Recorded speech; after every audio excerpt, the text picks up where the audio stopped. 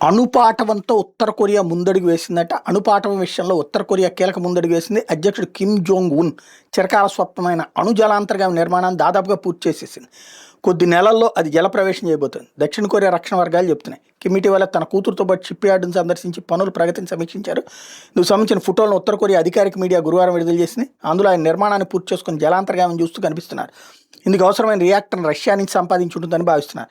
లేదంటే రష్యా సాంకేతిక సహకారంతో ఉత్తర కొరియానే దాన్ని స్వయంగా రూపొందించుకుని ఉండొచ్చని దక్షిణ కొరియా రక్షణ వర్గాల అభిప్రాయం. జలాంతర్గామి 8,700 టన్నుల బరువు ఉంటుందని కొరియా మీడియా పేర్కొంది. పరిమాణంలో ఇది అమెరికా వద్ద ఉన్న అతిపెద్ద జలాంతర్గాములకు సమానం.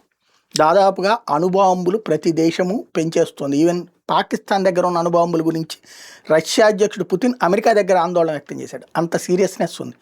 ప్రపంచవ్యాప్తంగా అణుబాంబులు అనేది ప్రమాదకరం అని తెలిసినా తమ దేశ భద్రతకు అణుబాంబు దగ్గర పెట్టుకుంటే అవతలోడికి మనం ధమ్కి ఇవ్వచ్చు అన్నటువంటి ఉద్దేశంతో అనేక దేశాలు అణుబాంబులు తయారు చేస్తున్నాయి. ఒకప్పుడు అణుబాంబుల్ని నిరోధించినటువంటి అమెరికా వల్ల కావట్లేదు. దానికి సాక్ష్యం ఇప్పుడు ఇరాన్, ఇప్పుడు ఉత్తర కొరియా, ఇట్లాంటివన్నీ కూడా. ఈవెన్ పాకిస్తాన్ దగ్గర కూడా పరోక్షంగా జరిగిపోతూనే ఉంది.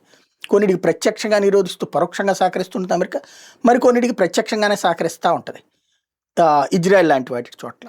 ఇప్పుడు మూడో ప్రపంచ యుద్ధం కనుక జరిగితే అదేదో సామెత ఉంది, మూడో ప్రపంచ యుద్ధం జరిగితే ఏమవుతుందని చెప్పి ఒక శాస్త్రవేత్తను అడిగితే మూడో ప్రపంచ యుద్ధం ఎలా ఉంటుందో చెప్పలేను, కానీ నాలుగో ప్రపంచ యుద్ధం మాత్రం రాళ్ళు రప్పలతో కొట్టుకుంటారన్నారట.